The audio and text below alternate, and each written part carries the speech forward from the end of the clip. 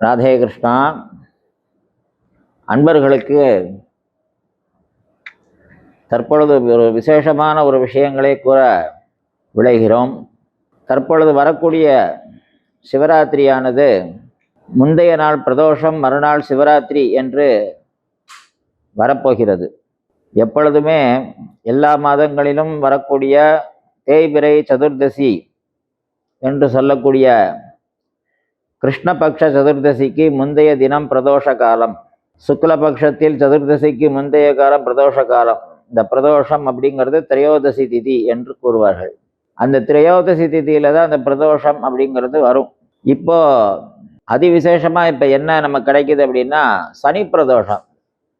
சனிக்கிழமை பிரதோஷம், திரையோதசி திதி ரெண்டும் சேர்ந்து வருது.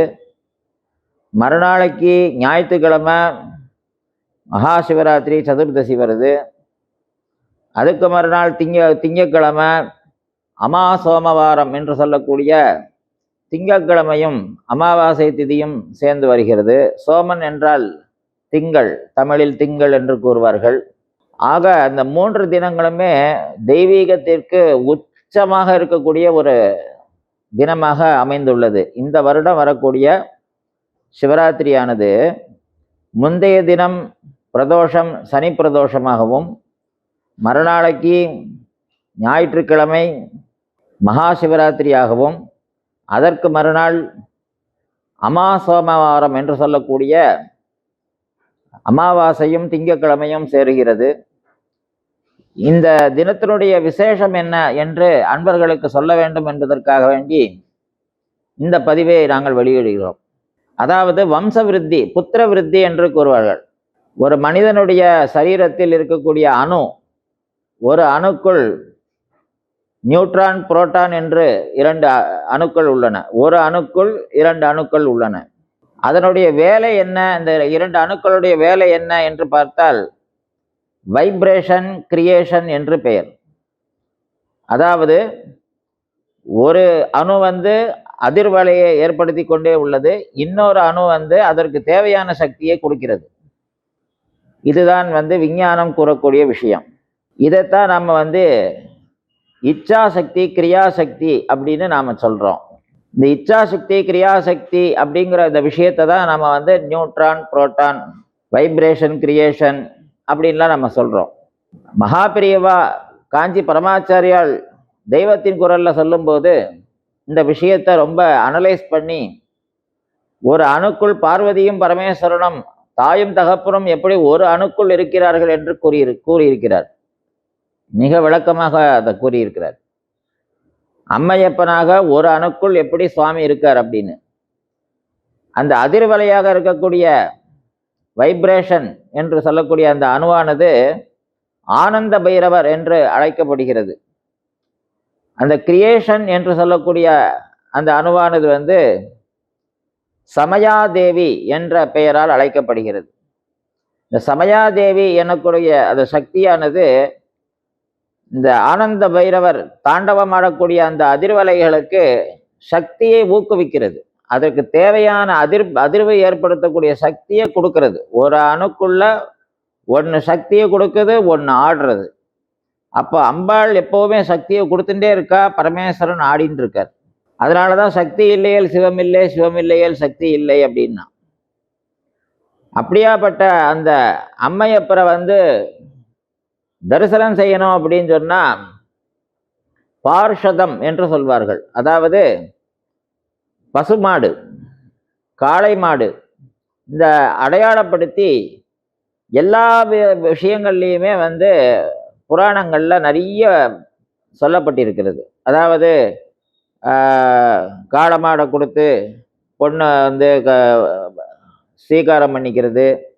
அதே மாதிரி மாடுகளை கொண்டு போய் வித்துட்டு வீட்டில் கல்யாணம் பண்ணுறது. மாட்டுக்கு அவ்வளவு, அந்த காலத்தில் அவ்வளோ பெருமை. ஒரு நாட்டில் உள்ள மாடுகளை சிறைப்பிடித்தால் எதிரி நாட்டுக்காரங்க சண்டைக்கு வந்துடுவாங்க. அது மாதிரி கோவிலுக்கு அப்படின்னு நேர்ந்து விடும்போது கோவில் காளை அப்படின்னு சொல்லி தனியாக நேர்ந்து விடுவாங்க. ஆனால் பலியிட மாட்டாங்க. எதுக்கு சொல்கிறேன் அப்படின்னு கேட்டால், இந்த பிரதோஷ காலத்தில் அம்மையப்பராக இருக்கக்கூடிய அந்த பரமேஸ்வரனை தாயும் தகப்பனாகவும் அர்த்தநாரீஸ்வரராகவும் தானே சக்தியாகவும் தானே சிவனாகவும் இருக்கக்கூடிய அந்த பரமேஸ்வரனை வழிபாடு பண்றதுக்கு அந்த ரிஷப வாகனம் என்று சொல்லக்கூடிய அந்த காளை மாடு, ரிஷபம் அப்படிங்கிற அதுக்கு பேரு சம்ஸ்கிருதத்துல, காளை மாடு என்று பெயர் தமிழில். அந்த வாகனத்துல தான் பிரயாணம் பண்றார் பரமேஸ்வரன். அந்த நந்தி என்று நாம இன்னைக்கு வழிபாடு பண்றோம். அவருடைய அனுமதி இல்லாம நாம பரமேஸ்வரனை தரிசனமே பண்ண முடியாது. அவருக்கு பேர் அதிகார நந்தி என்றே பேர் அவருக்கு. அவரு நீ உள்ள போகலான்னு சொன்னாதான் நம்ம போக முடியும். கைலாயத்துக்குள்ள நம்ம போகணும்னா அவர் சொன்னாதான் போக முடியும். நம்ம சுவாமிகிட்ட ஒரு வரம் கேட்குறோம் அப்படின்னா அந்த நந்தி நமக்கு அனுமதி கொடுத்தாதான் நம்மளால சுவாமி கிட்ட நம்ம வரம் வாங்க முடியும். அப்ப அப்படியாப்பட்ட அந்த நந்தி பகவான பிரார்த்தனை பண்ணக்கூடிய ஒரு நாளாகவும், மறுநாளைக்கு பார்வதி பரமேஸ்வரனை வழிபாடு பண்ணக்கூடிய ஒரு நாளாகவும், அதற்கு மறுநாள் பிதற்களை வழிபாடு பண்ணக்கூடிய ஒரு நாளாகவும் 3 தினங்கள் விசேஷமாக இந்த வருடம் நமக்கு அமைந்துள்ளது. 2026 இந்த மாசி மாதம் வரக்கூடிய இந்த பிப்ரவரி 15ஆம் தேதி வரக்கூடிய சிவராத்திரியானது எப்படி அமைஞ்சிருக்குன்னா 3 விசேஷ தினங்களாக நமக்கு அமைஞ்சிருக்கு. இதனால நமக்கு இந்த 3 தெய்வீக நாட்கள்ல நமக்கு கிடைக்கிற பலன் என்ன அப்படின்னா, ரொம்ப காலமா புத்திர பிராப்தி இல்லாதவங்க சுவாமி இந்த 3 நாள்ல பிரார்த்தனை பண்ணினாங்கன்னா கட்டாயமா குழந்தை பிறந்துடும்.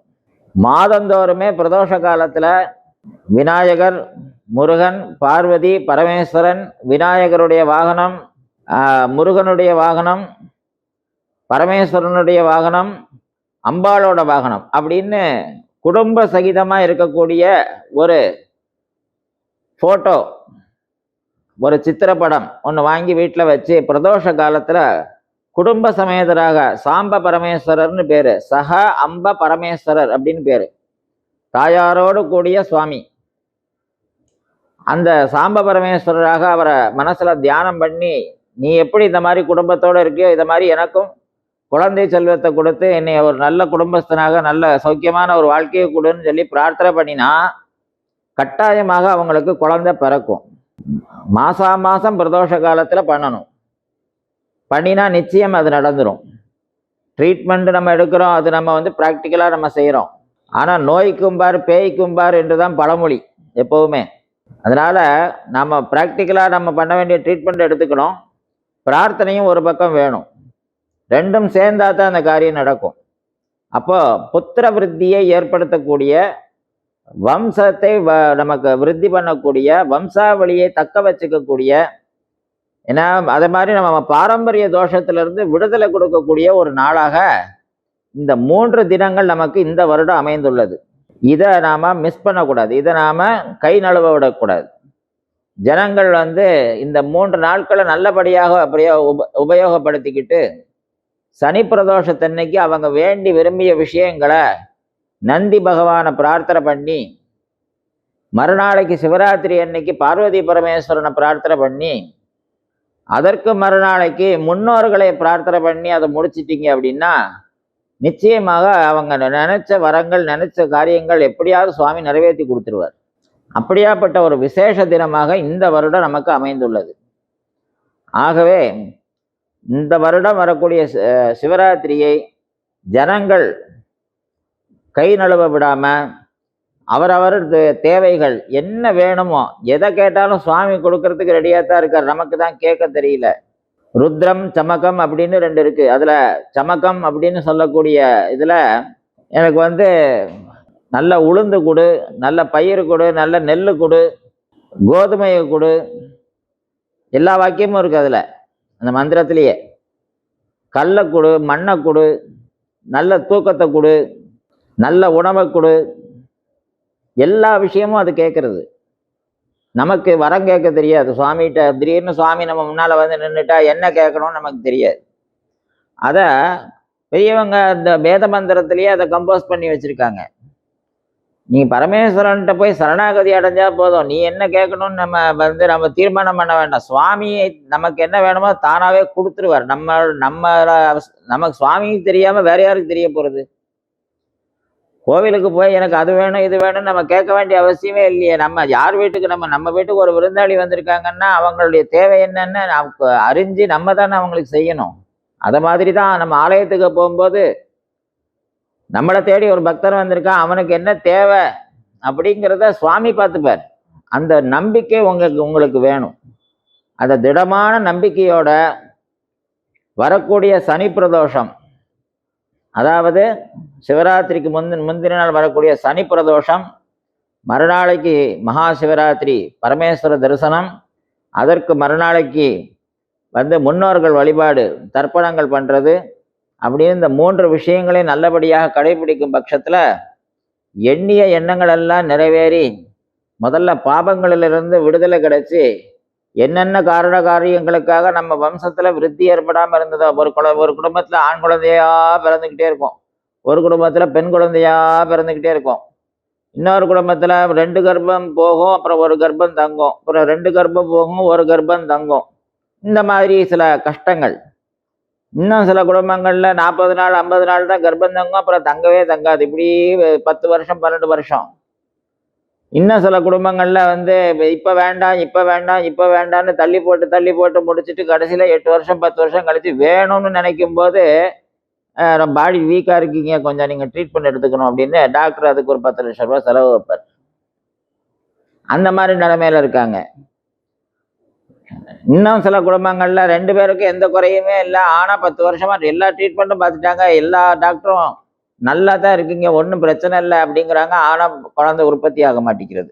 இப்படி இந்த புத்திர சம்பந்தப்பட்ட விஷயங்கள், வம்சாவளி சம்பந்தப்பட்ட பிரச்சனைகள், இதுல இருந்து பெரிய ஒரு தீர்வு கிடைக்கக்கூடிய ஒரு மிக மிக நல்ல நாளாக இந்த 3 நாட்கள் நமக்கு ஒரு கை கட்டிய ஒரு பெரிய அமிர்தம் மாதிரி நமக்கு கிடைச்சிருக்கு. இந்த 3 நாட்களை நல்லபடியாக ஜனங்கள் உபயோகப்படுத்திட்டு சுவாமியினுடைய அனுகிரகத்துக்கு பாத்திரமாகி உங்களுடைய தேவைகள் எல்லாம் நிறைவேறணும் அப்படின்னு சொல்லி அடியேன் பிரார்த்தனை பண்ணிக்கிறேன். ராதே கிருஷ்ணா, ராதே கிருஷ்ணா.